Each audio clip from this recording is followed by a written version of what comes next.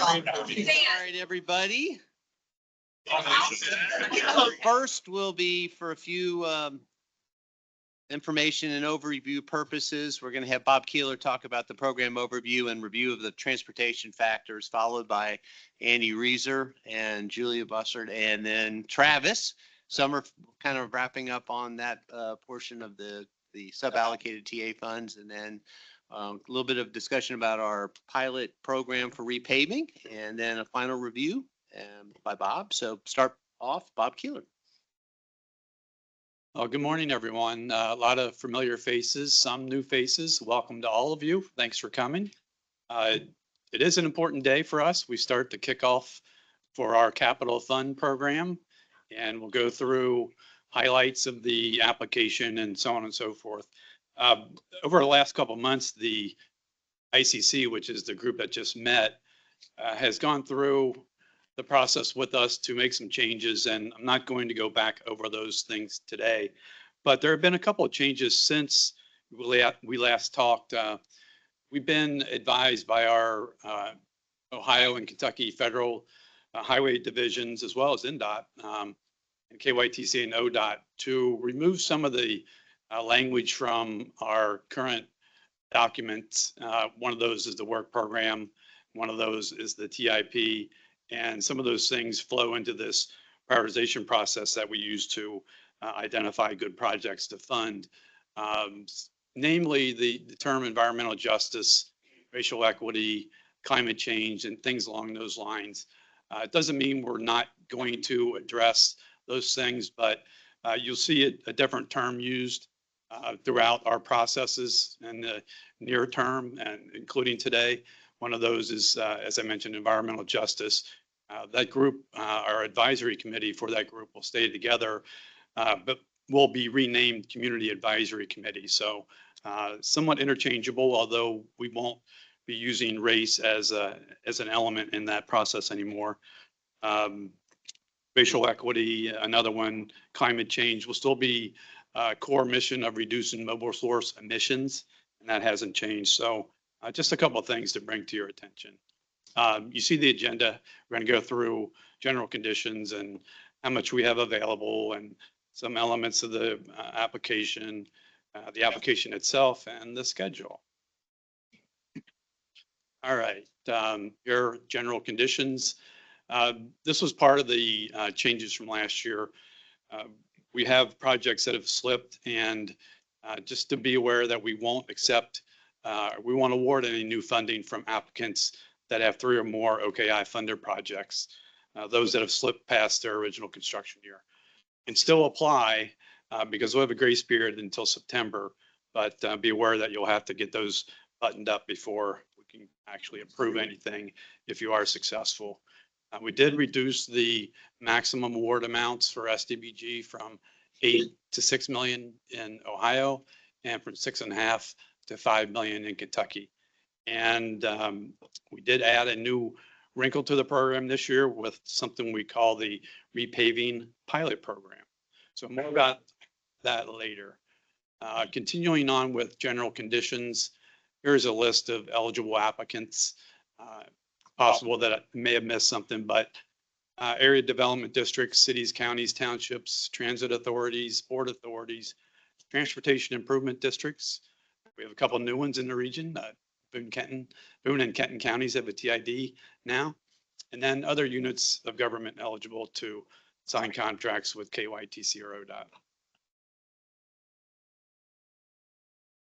ODOT. This year we do have additional funding coming for allocation, and that's because CMAQ is in the mix this year. Just be aware that projects need to be consistent with or included in the 2050 plan. STBG projects need to be located within the urban boundary. EA and CMAQ can be anywhere within the region. Roadway projects, and this is critical. Some of you, especially who may be new to OKI, we fund projects that are on the federal aid road system if it's a roadway project. So it needs to be functionally classed as collector or higher. Most programs, there is one exception to that, and I'll talk about that later with the repaving program, but all other programs will require a 20% match. And it's a reimbursement program, meaning that you have to incur the expenses, submit the bills to your respective state DOT, and then get reimbursed through that mechanism. There's a maximum for number of applications per LPA for STBG and CMAQ in Ohio. It's 2, same for KY, SNK funds, and then 1 application per LPA for TA. I mentioned the urban area and those areas in color, except for Dearborn County. We unfortunately do not receive capital funds from Dearborn County anymore, but the rest of those areas are considered urban areas. I will note that the area in north there that's in purple, that's in the Dayton MPO, so we wouldn't accept applications from communities in that area either. You'd have to go to MVRPC, in case you were wondering. Okay, here's a table showing all the programs we have, some of the requirements, eligible phases, and how much funding we have available. So we're pushing close to $80 million this year, so pretty robust program. It repeats those maximum funding amounts per capital type and the number of applications there. So just a good reference. We'll have this available after the meeting, posted on our website, so you don't have to try to write this information down. Okay, let me start off with STBG, otherwise known as SNK in Northern Kentucky. Some project types that might be of interest to you to make application for: widening or new routes, reconstruction, realignment, geometry. Signals have done well in our process in the past: access management, safety, transit capital, bike bed projects, and intermodal facilities to carry freight. You see the red asterisk there. We're not requiring a separate CMAQ application, but we will optimize our program, and wherever we can insert CMAQ into your projects where they're eligible, we'll do that. It will be not really apparent or necessary for you to know, to understand all that, but we'll take care of all that for you. So here is the overall process. It's kind of 2 parts, and many of you have seen this before, but we have a modal side and then a set of factors that apply to planning factors that are common to all projects. You add them together and you get a total score. Simple as that. I'm going to start off with roadway projects. We have several elements here, and they're all worth 5 points. All the notable elements of a roadway transportation project, I think, are included here, at least the ones that we can put into a competitive process. We have safety. We have the impact on safety. We have the amount of traffic the route carries. We have travel time reliability. We have the impact of the project on travel time reliability. We have the ability of the project to carry freight. We have the roadways condition, or the routes or the bridges condition. We have something called complete streets, and we're looking, and I'll explain that a little bit more momentarily, and the status of the project. It's always good for you and for us when you're further along the development pathway. That reduces the number of unknowns. It comes with a opportunity for better cost estimates. So all those good things. So we do reward projects that are further along the process. So I mentioned complete streets. We encourage routes to carry multiple modes, but we understand that there are limitations, and it's just not practical in all instances. So we offer exceptions. When you fill out your application, if you're not going to make the route complete, we need to see a reason why, or an exception to allow it to go forward. And I think they're very reasonable, and I'm not going to read all those to you, but they do exist. Now, fortunately, you don't have to go hunting for a lot of this information. We have an application on our website called the Project Application Assistant, or we call it the PAA. Go to our website under maps and resources. You can find this. I'm not going to open it up, but you can click on any of these routes. Those that are the darker colors are all functionally classified, and so they would be eligible. And you can click on that and it shows the traffic volumes, the crash information, truck information, travel time information, pavement condition. And not every route has all this data. So you still may need to collect it, or you may have better data from a recent study, and we're happy to accept that. But this is a good starting spot. Also has a number of maps you can turn on and off to see community areas of interest. Functional class can be turned on, so on and so forth. The urban boundary can be turned on. So it's a nice, useful tool. It's not something you should start your process without looking at first. All right, so that's the roadway. The next mode is for transit projects. And you see here, we value impact on ridership, and we value asset condition, we value geographic scope, and safety and so forth. Pretty straightforward. And that hasn't changed in a couple iterations here.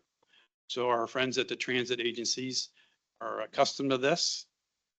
So I won't dwell too much there. The next mode will include bicycle and pedestrian projects. Similar to roadway, but not quite as broad in its spectrum of factors. We have safety, you have impact, network connections,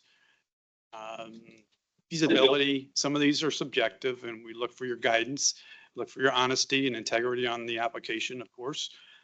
Existing surface conditions, complete streets as well. And again, the project development process. And looking for projects that are further along, not just an idea, not just a concept, but close to becoming, taking that next important step to becoming a real project.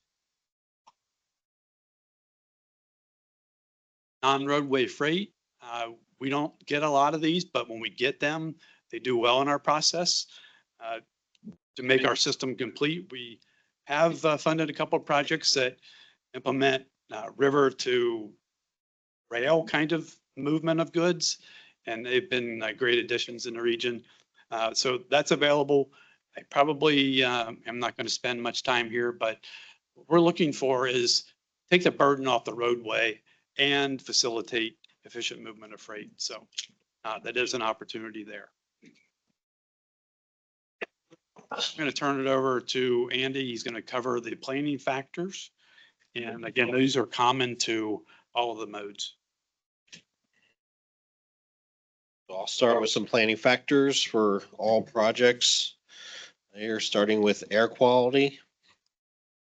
So air quality cost effectiveness is worth a maximum of 5 points. Obviously, when we're getting like 50 applications, we don't have the time to do a strict quantitative analysis of all the projects. So we kind of have a breakdown of different project types and what they would receive in our scoring process.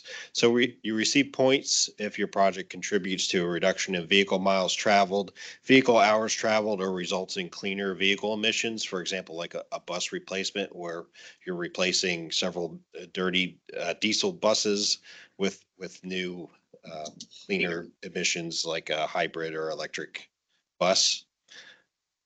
So you can see it's strong, mixed, weak, or no impact. And the following chart gives some project types that would be in the strong, mixed, weak, or no impact categories. This isn't a complete list of every type of project that's possible here, but just to give you an idea on where your project might score in the air quality factor. The next is intermodal elements factor, available for a maximum of 5 points. And here we're looking for new and direct connections between modes. For example, between barge and rail, or between bicycle and transit, those sorts of things. Roadway to port would be an example, or a new pedestrian, as I said, connection to transit, like a shared use path that interconnects with a transit stop. So a couple examples here. Example one, here's where a project adds a new conveyance system or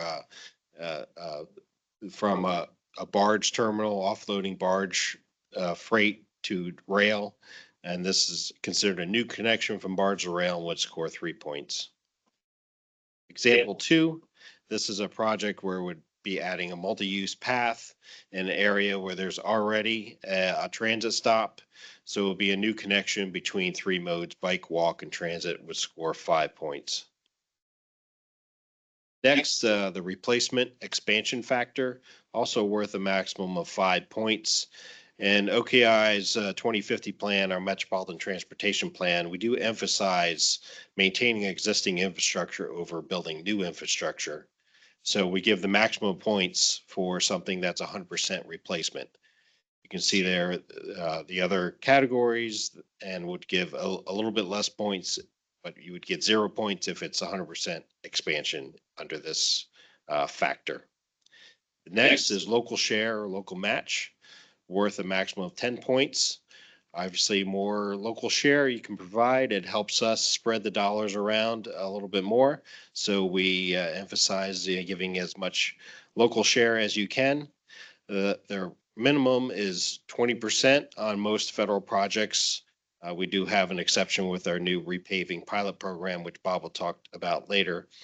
But if you just provide the minimum 20%, you would get 0 points and additional points awarded for if you're pledging more, up to 50%, and you get the full 10 points if you pledge 50% in local match. Technology, it awards points for equipment, technologies, or materials that advance the state of transportation in the region. And the guidance document has a list of many different examples of technology where we would award points. It's not an exhaustive list. I'm sure there's other technology that you can come up with, but you would have to kind of explain why that's new and innovative and how that's going to help the project and help the region. So some other examples here: connected vehicles, autonomous vehicles, optimized signal systems, advanced materials like in pavement or cement, and all modes, no matter what modal element you're using here, all modes are eligible for some sort of technology points. Then history of project delivery. The maximum points here are 0, so it is a penalty if you have projects that are behind schedule. So if you have projects that are using OKI funds that are behind schedule, if would receive a penalty under this. Projects not yet awarded for construction and listed in the current tip as of September 1st will be evaluated under this category. So it's a snapshot of where your LPA's projects are on September 1st. So yeah, if you have a project that slipped, meaning construction was assigned a certain year when it was amended into the tip, that's what we're looking for. So September 1st of this year, we're looking at if your project was assigned an original construction year of fiscal year 25 or earlier, and it still hasn't gone to construction authorization, that's where you'll be penalized there. It'll be considered a late project at that point. And then the scale for that, I don't have the scale here, but if you're late with one of them, it will receive -3 points. If you're late with 2 projects, it would be -5 points. And if you're late with 3 or more, then you would not be eligible for funding at all.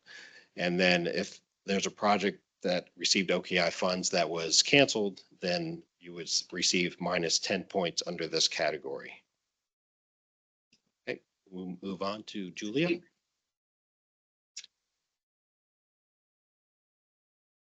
Good morning. I'm Julia Brossert with OKI. Going to talk about the community impact factor, which is worth 10 points.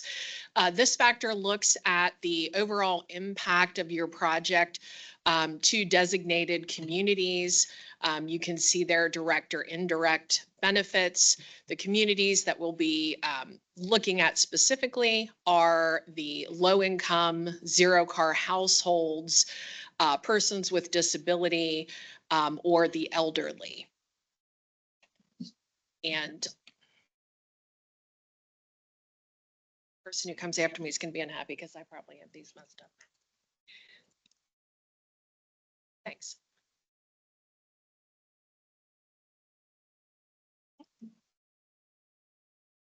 I will say while we are advancing to the next slide, please be sure that you fill out the community impact factor. This is a required field.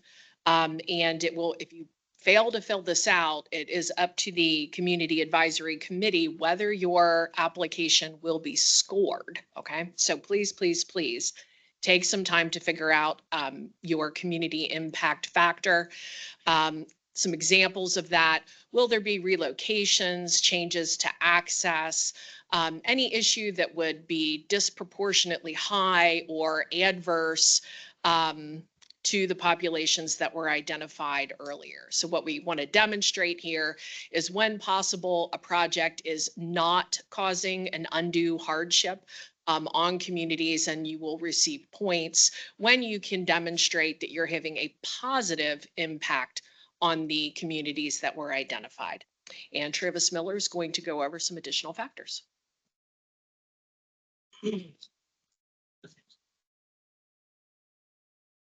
Thanks, Julia, and good morning. I'll be covering 4 factors. We'll start with economic vitality. There are actually 2 components of this factor. The first, you don't need to worry about that much, but just because staff will be reviewing and covering, but to explain what that is, we're looking at existing employment. So we'll be drawing a buffer. Yeah.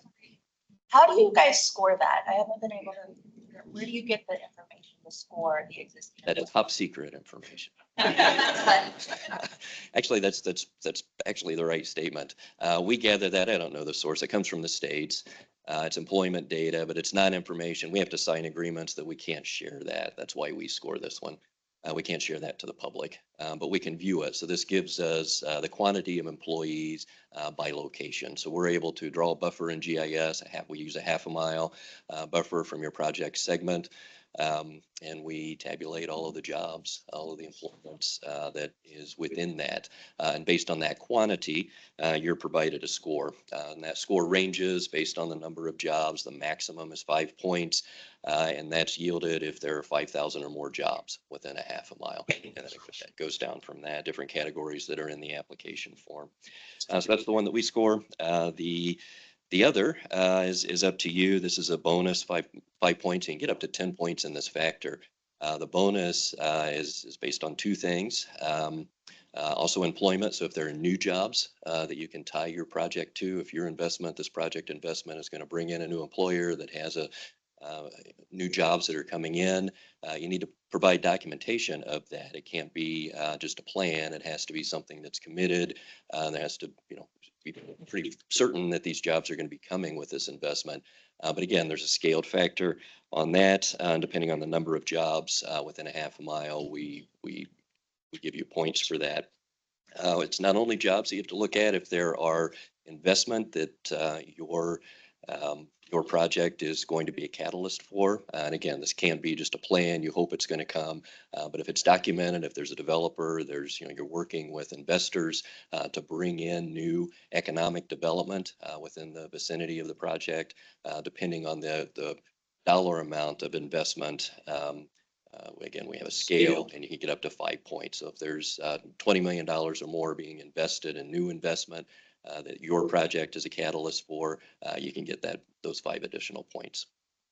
So that's the economic vitality factor. And this is just a quick, just to show you the buffer, what I talked about. Those dots are jobs from the data that we're collecting, and we know the attributes of those, how many jobs are at each point, and we summarize that. Next factor I'll cover is a strategic regional policy plan. This is an OKI plan that hopefully I know a lot of you have been involved in keeping current. We updated this most recently in 2023. You can find this plan online at howdowegrow.org. And this includes factors, looks at housing, public facilities, economic development, natural systems, and land use. This plan is the connection of transportation planning and transportation systems with land use. So this is the primary vehicle that we look toward to make sure that we're making that connection and understanding the relationship with transportation investments and land use. So you get points for your project on how well you advance the goals and strategies of the strategic regional policy plan. So we encourage you to review this plan. There are a series of questions, next slide, that we do focus on. So based on how you respond to these questions, you yield the points. We're looking for investments in mixed use areas that are either currently mixed use or are designed to become mixed use areas in town centers and areas of concentration. We're looking for projects or provide points to projects that are serving brownfields or gray fields. So your project would be a catalyst for reinvestment in an area that's been disinvested in. It's a way to get points under the SRPP. And then we look at the transect. We look at the roadway segment and the land use intensity that is along that segment. And the more intense the land use activity is, regardless of the land use type, the more intense, the more activities there are in that area, the higher on the transect scale you are, and that yields a point as well. So the more dense an area as you're putting in a project is, the more likely you'll yield these points. So this is looking at investment and reinvestment in areas that have been deinvested in. Next slide. Third factor I'll cover is a local planning factor. This is looking specifically at the community or jurisdiction's local comprehensive plan where the project is located. So in a location where your project is in a community that has a current comprehensive plan, and we use 5 years to determine that. So if the comprehensive plan was updated 5 years or less, and your project is consistent with that comprehensive plan, you would get 5 points. In a location where a comprehensive plan is older than 5 years, but your project is consistent with it, that is a 3-point yield. And then in a location where there's not a comprehensive plan or where there's an inconsistency where your project is doing something that the comprehensive plan says otherwise, which doesn't happen very often, but it has, you get 0 points for that. So it's a 5-3-0 scale. Some important things. Yeah, go ahead. Question. Applicants prove that it's in the plans, in some comprehensive plans somehow, or? Yes. Okay, because I see the applications and I just see the box checked and I'm like, well, what plan? So. Yeah, no, we do. There's a question where you need to state the year, the jurisdiction and the year that it was approved. That's what I'm getting to. So that is part of the application. So you'll provide as a name of the application year was approved. So proving that. And then also the page number in where your project is either listed or there's a goal in the plan that your project is advancing. You would give us that page number so we can reference that without spending a lot of time. We do offer these points if it's not officially or technically a comprehensive plan, but it includes all of the components and ingredients that we would consider to be a comprehensive plan. It may be called a corridor study or a small area study. In a situation like that, or a master plan, in a situation like that, we're looking for some key things. We're looking for land use consideration by the plan, but we're also looking for community engagement, not just something that planning staff or a consultant put together and it was approved, but if the community was engaged in that. So there's, under that option, if you do have a plan that's not a comprehensive plan, but you feel that it has those ingredients, there's some optional questions that you can answer to give us the detail and justification as to why you believe and why the plan should be considered as a comprehensive plan, and we'll review that and consider that accordingly. Slide, the last factor that we'll cover, this is a new factor. This is what we're calling the resiliency factor. And this factor is looking at, actually it's asking a question as to whether or not it's looking at 2 things, 2 criteria. One is flood. So if the project is in a floodway, and the criteria is from the federal flood risk management standard. So we're looking at a 500-year flood event. So if you're in a floodway or a 500-year flood event, or we also consider landslide, land slippage, land prone or landslide prone area. And this is based on data from USGS, the US landslide inventory data, which is broken into some indices. So there are 5 five being the most severe, the most prone, one being prone but not as prone. So there's a scale 1 through 5 on the landslide. All of the data, the landslide data, as well as the floodplain data, we've incorporated into the application. So when you use the PAA to locate your project, you'll be able to see if you're in a landslide prone area and what index it falls in, or if you're in a 500-year floodplain. If the answer is yes to that question, we have, go to the next slide. The answer is yes, that you are either in a floodplain or in a landslide susceptibility zone. And you are elevating your project above the 500-year floodplain. If you're in the floodplain, then you would get 5 points.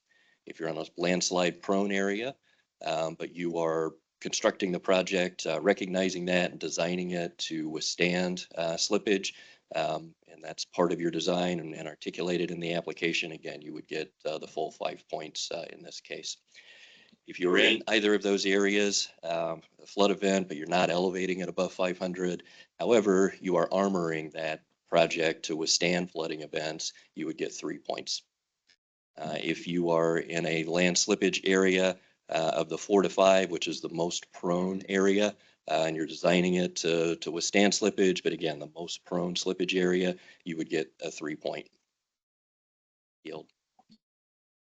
If you're in either a floodplain or a 500-year floodplain or landslide susceptibility zone, and you're not addressing it at all, you're not going above the floodplain, you're not doing anything to the project to design against or to allow for resiliency, this is a penalty. We would take 5 points away.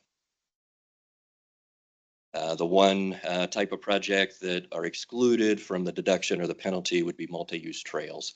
Those we know are typically located or oftentimes located in floodplain areas, a lesser of an investment. So they would get 0 points if they're not doing anything. If you're building those projects to be resilient to flooding, you could receive the points. But not doing anything wouldn't give those projects a penalty. Any questions on any of that before I move to the other? This is a new area. I want to make sure all of this makes sense. Yeah, sure. Yeah.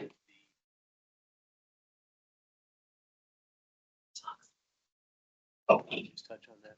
Existing infrastructure and points in. Comp plan component, where you get points if you're. Yeah, back up to that slide. I went over that. Thanks, Adam, for pointing that out. I'll go back one more. Maybe I didn't have it on the slide. Maybe that's why I skipped it. Here it is. Routine maintenance projects.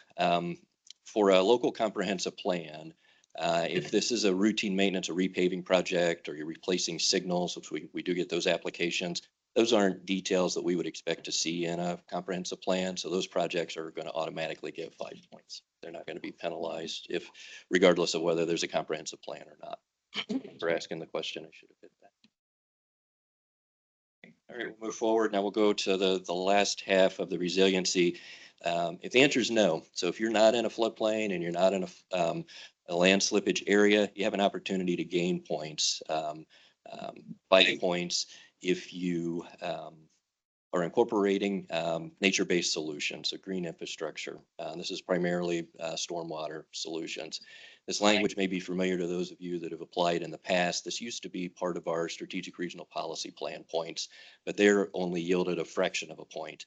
Here, this will yield 5 points if you're incorporating this into your design. So we're hoping that's more of an incentive to get more bioswales, more creative solutions to stormwater management, even in areas without floodplain areas, because it helps downstream, obviously, in the watershed. Yeah.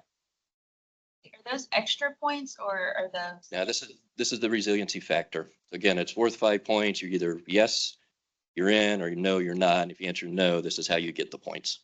Yeah, it's a little confusing. Thanks for the question to clarify. The other way to get 5 points is if your project advances and is consistent with or advances goals and strategies of a local hazard mitigation plan. Every county in our region has a local hazard mitigation plan. They keep up with these. And oftentimes plans include transportation improvements that are necessary to avoid flood-prone areas or improve flood-prone areas.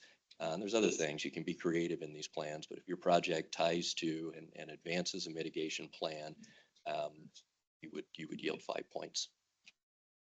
Yeah, this is new. Any questions on? As you're putting the applications together, and obviously if you have questions or need clarification on anything, we're here to answer questions, walk through, and help you consider the best way to position your project in the application. That covers it for me. Thank you.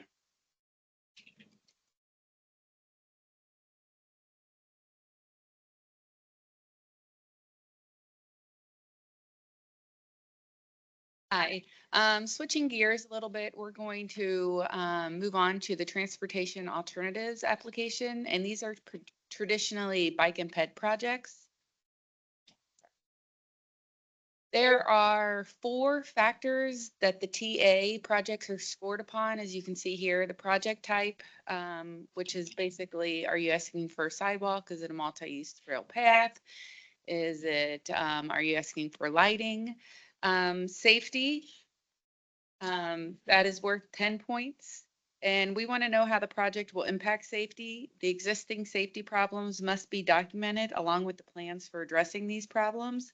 And remember that last year this changed to a total number of crashes over 5 years, so it's no longer the average. And project network components is 10 points.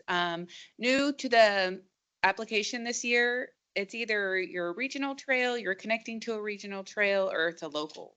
New this year, we were having some trouble with people distinguishing what is a regional trail and what is not. If you choose a regional trail or connection to a regional trail, then it's going to give you a drop-down menu to pick those regional trails.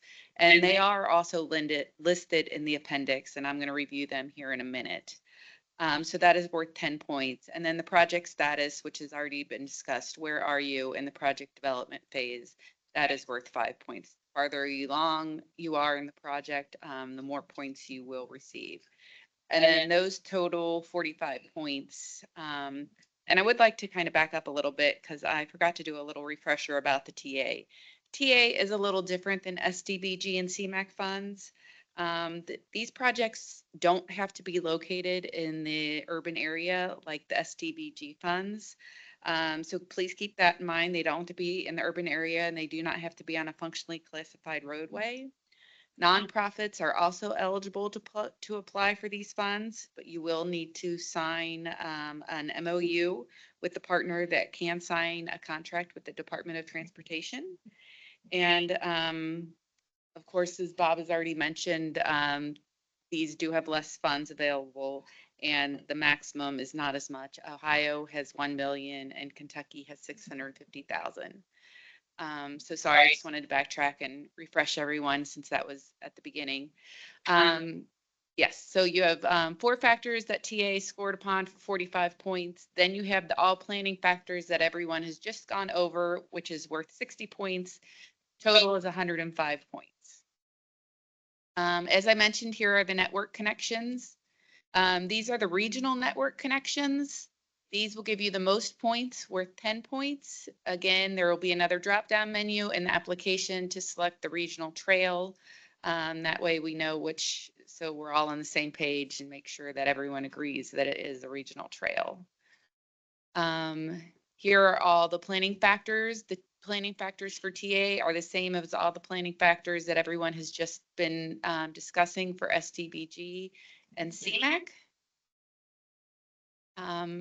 You see here, they're all the same, all the way down from local share to resiliency. And then as Andy mentioned, for TA for air quality, we kind of just have a range of air quality scores. We don't have time to really go into depth and score all of these in a detailed, so we just kind of have a breakdown. You'll see here again that if it's a bike ped regional facility, you're going to get the most points, worth 5, and all the way down to a bike ped signal will be awarded 1 point.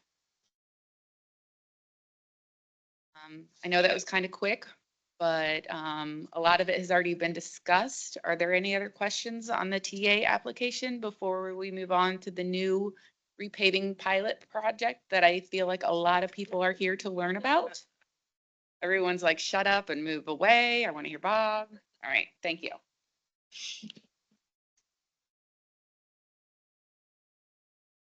They would never say that to you. I might, but What'd you say? they would never say that to you. I said I might, but they wouldn't. Okay, so a new program, calling it the repaving pilot program. And a little background of why we're doing this. We have some challenges with project delivery from time to time, and we're under a lot of pressure from our states to fully expend the allocations of federal dollars to this agency. All MPOs have this challenge from time to time. One way to do that and provide probably a very coveted resource to our localities, we came up with this pilot program. The ICC approved it, and so we're going to go forward with it. Here are the highlights.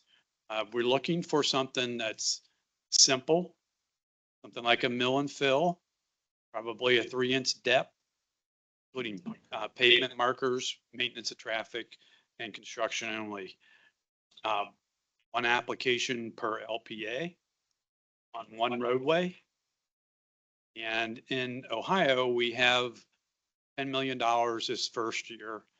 We make no guarantees on going forward, but for this year, we'll have 10 million in Ohio, $4 million in Northern Kentucky. Each application will be at a maximum request of $800,000. That would include the contingency. So if, let's just say, for example, you were awarded $800,000 for your project, but it ends up coming in at $900,000, you would be responsible for that. But the risk is not as high because these are more discrete projects, more easily delivered.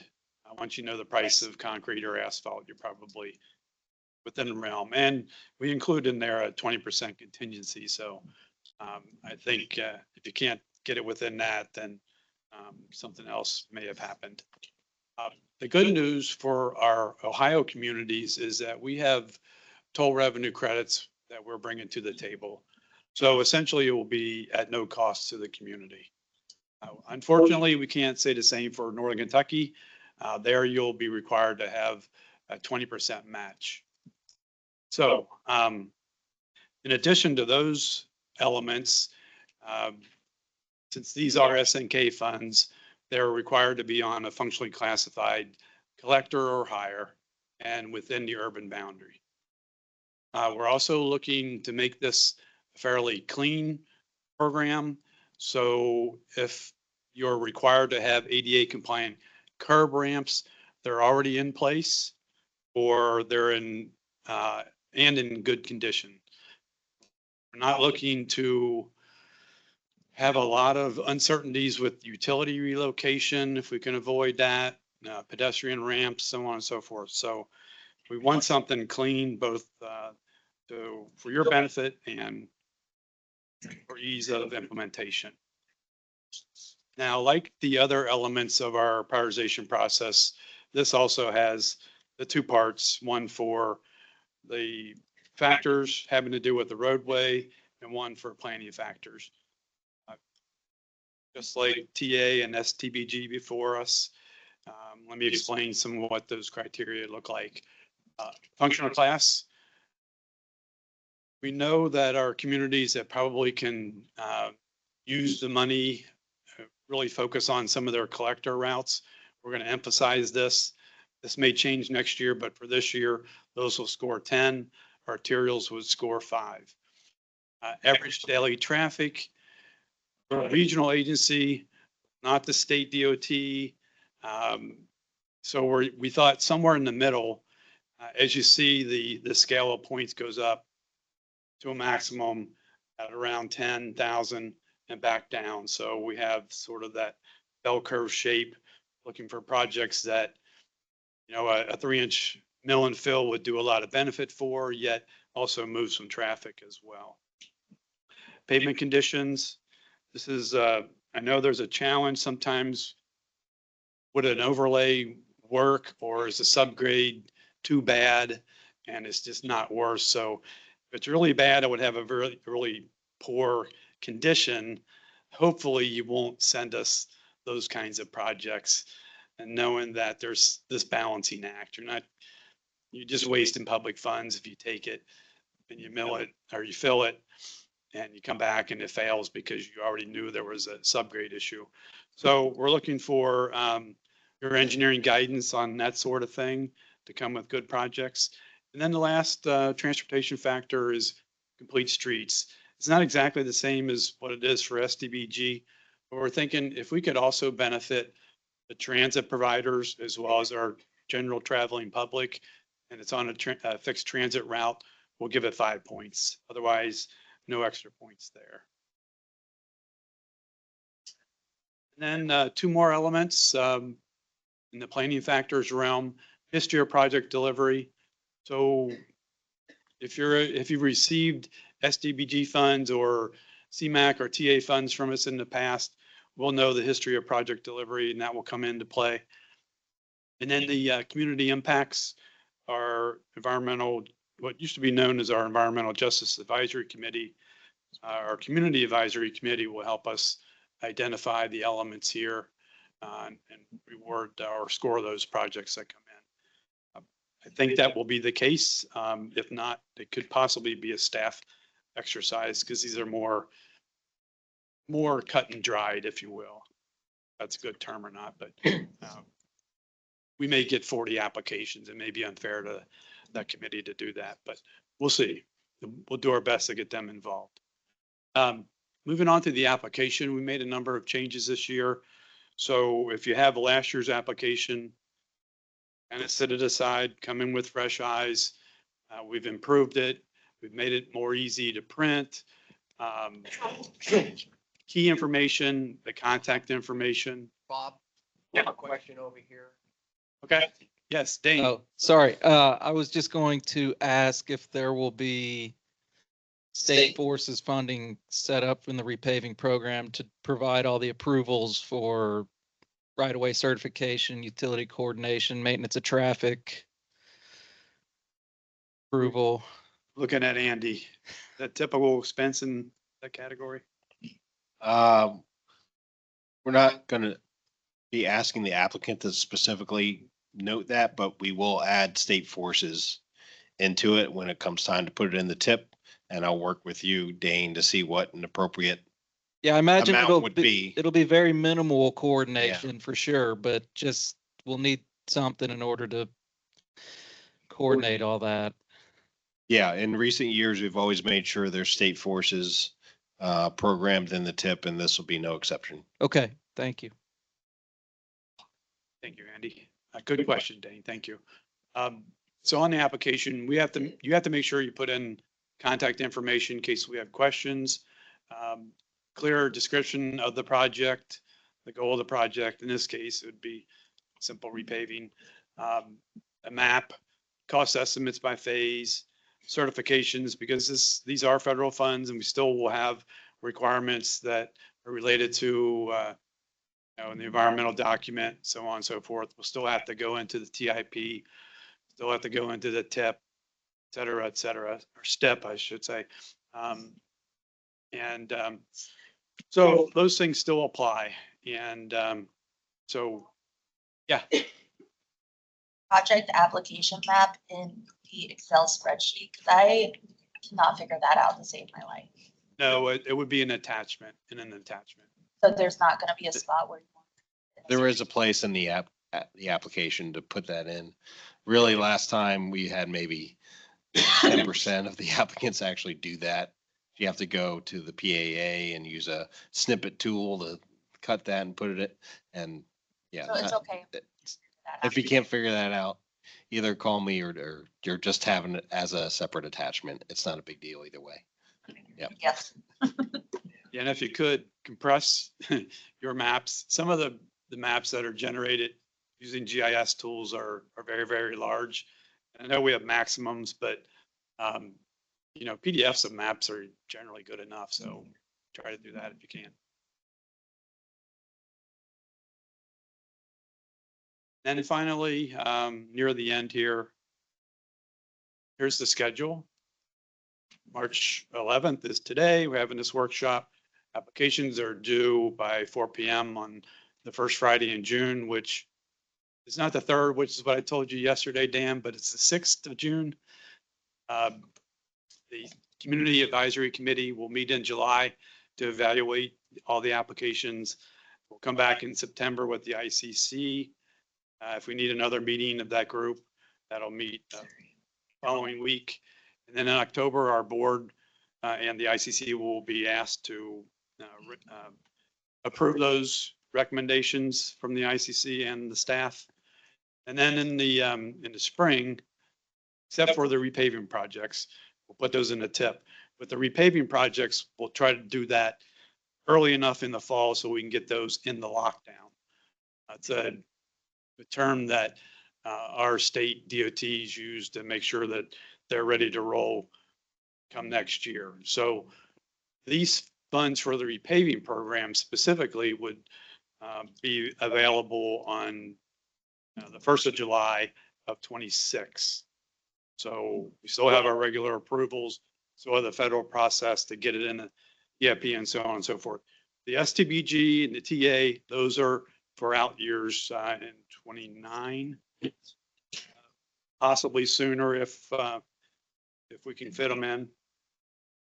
Yeah, the non-repaving, the typical STBG, TA, CMAQ, SNK, the expectation is construction will be ready to go in state fiscal year 29, which means July 1st of 2028. So sometime in that fiscal year 29, it would go to construction.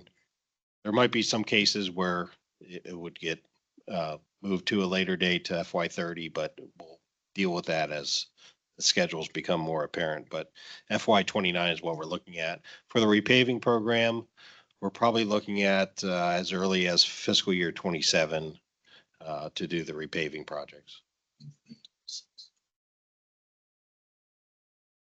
All right, so there are the folks that you can contact if you have further questions or think of something as get into it. They're happy to respond and help you in any way. We're looking to get good projects, so don't be afraid to ask. You don't get any points taken off if you ask questions. We want the best projects. We want you to be successful, and we want our funds to be invested so our public can benefit from the project benefits. Yes, question. Question, Bob. For the applications, we have 2 per municipality for STB and 1 for TA and then 1 for repaving? Yes, Or sir. Yes? Yes, sir. Perfect, thanks. Welcome.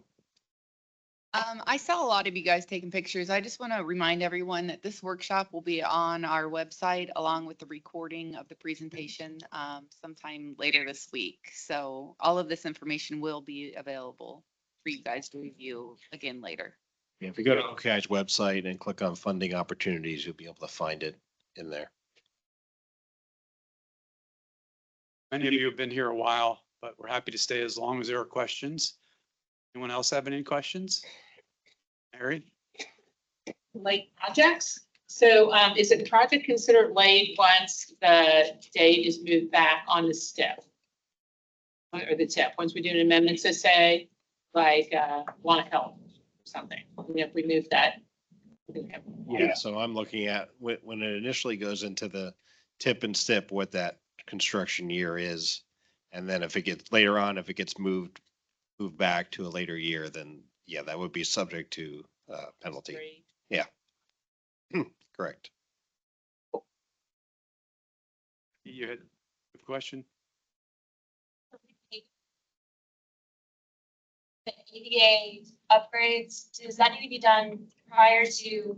Does that need to be done prior to the application or prior to your guys' scoring, like September 1st? I think if your plan includes an upgrade at your expense, then I think that will be okay. Okay.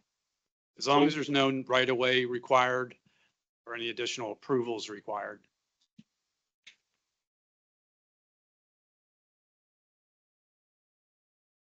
Could you repeat when you said the repaving funds would be available?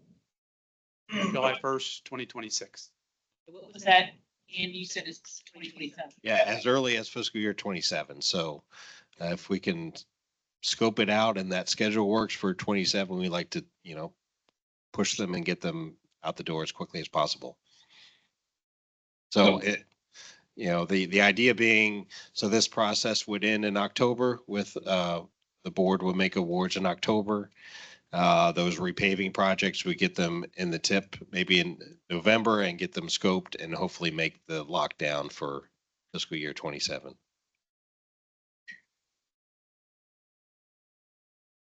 So we'll need KYTC and ODOT's full support on this. We can count on you, right?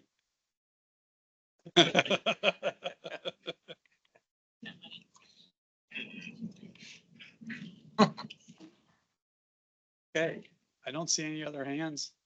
Thank you for coming, and we'll be up here if you want to ask us individually. That's fine too. Have a good day.